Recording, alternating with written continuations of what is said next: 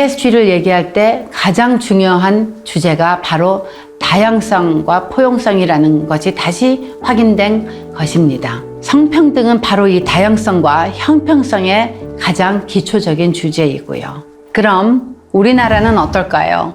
여러분이 직장을 다니고 있다면 어떻게 느끼시나요? 영국 이코노미스트가 OECD 국가를 대상으로 직장 내 여성 차별 수준을 지표화한 유리천장 지수에 따르면 우리나라는 2021년 기준 최하위인 29위입니다.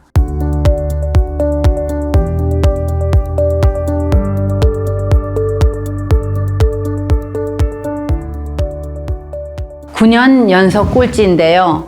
아마 관심 있는 분들이시라면 이미 들어보셨을 겁니다.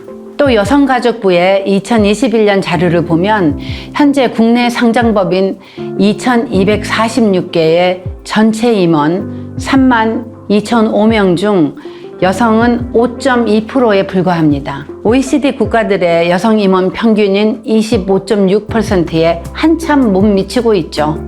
기업 구조상 성별 불균형이 얼마나 심각한지 알 수 있는 자료들입니다. 물론 우리나라도 달라지고 있습니다. 대표적인 것이 2020년 자본시장법 개정이죠. 자본금 2조 원 이상의 상장법인의 경우 이사회 전원을 특정 성만으로 구성하지 못하도록 한 개정법입니다. 다시 말해 이사 가운데 적어도 1명 이상은 여성으로 구성해야 하는 의무가 생긴 것입니다.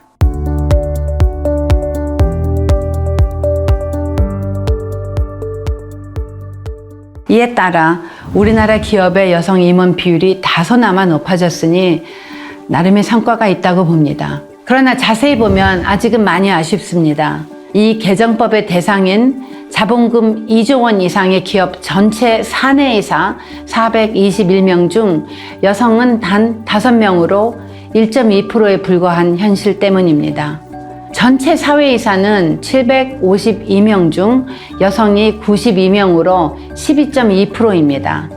이 차이는 기업들이 내부에서 여성을 이사로 승진시키기보다는 여성 전문가를 사회이사로 모셔오는 방식으로 법적 의무를 채웠다는 것을 보여줍니다. 이는 여성의 근로조건과도 관계가 있는데요. 결혼 후 출산, 육아의 많은 부분을 여성이 담당하고 이로 인해 경력 단절이 발생한다는 현실을 우리는 다들 알고 있습니다.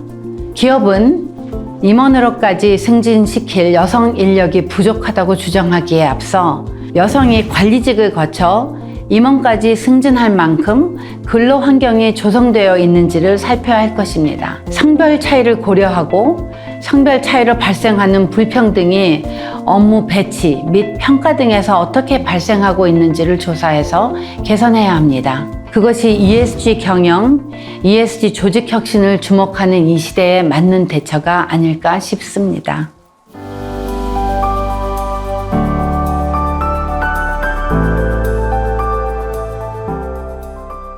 ESG의 중요성, 그 기초에 성평등이 있다는 말씀을 좀 풀어서 나눠봤는데요. 저는 아직은 기업의 퍼포먼스를 가지고 ESG를 논하는 것은 이르다고 봅니다. 사실 그렇게 딱 성과가 난다고 말할 수 있으면 좋겠지만 그건 몇 가지 사례로만 제시할 수 있을 뿐 아직 연구가 많이 진행된 부분은 아니니까요. 그리고 좋은 사례라고 꼽을 수 있는 것도 한계가 있습니다. 기업의 퍼포먼스란 단순히 한두 가지 요소로 달라지는 게 아니니까요. ESG 경영을 강화해서 좋아진 것일 수도 있지만 경영자의 전략이 뛰어났을 수도 있고 또 당시의 환경이 맞아 떨어졌을 수도 있고요. 많은 요소들 사이에서 ESG 경영이 성평등한 조직 구조가 퍼포먼스를 냈다고 말하기는 어려울 겁니다. 여성이 이사회 멤버로서 경영에 참여하기 시작한 것이 그리 오래된 일은 아니잖아요. 노르웨이가 2008년에 이사회의 40%를 여성 이사로 채워야 한다는 제도를 시작을 했고 우리는 대기업의 이사회를 특정 성별로 구성하는 것을 제한하는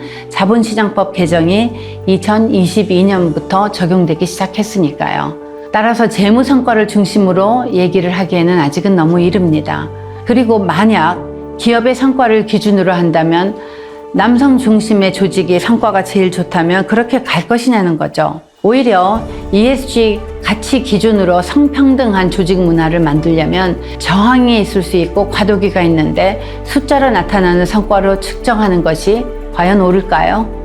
기업의 실제 성과로 나타난다는 입장에서만 접근하기보다 우리는 다양성과 포용사회, 그 기초가 되는 성평등이라는 가치가 사회 어디에서나 적용되어야 한다는 점에 초점을 맞춰야 한다고 생각합니다. 변화가 일어날 때에는 저항이 있을 수 있습니다. 변화에는 과도기가 있습니다.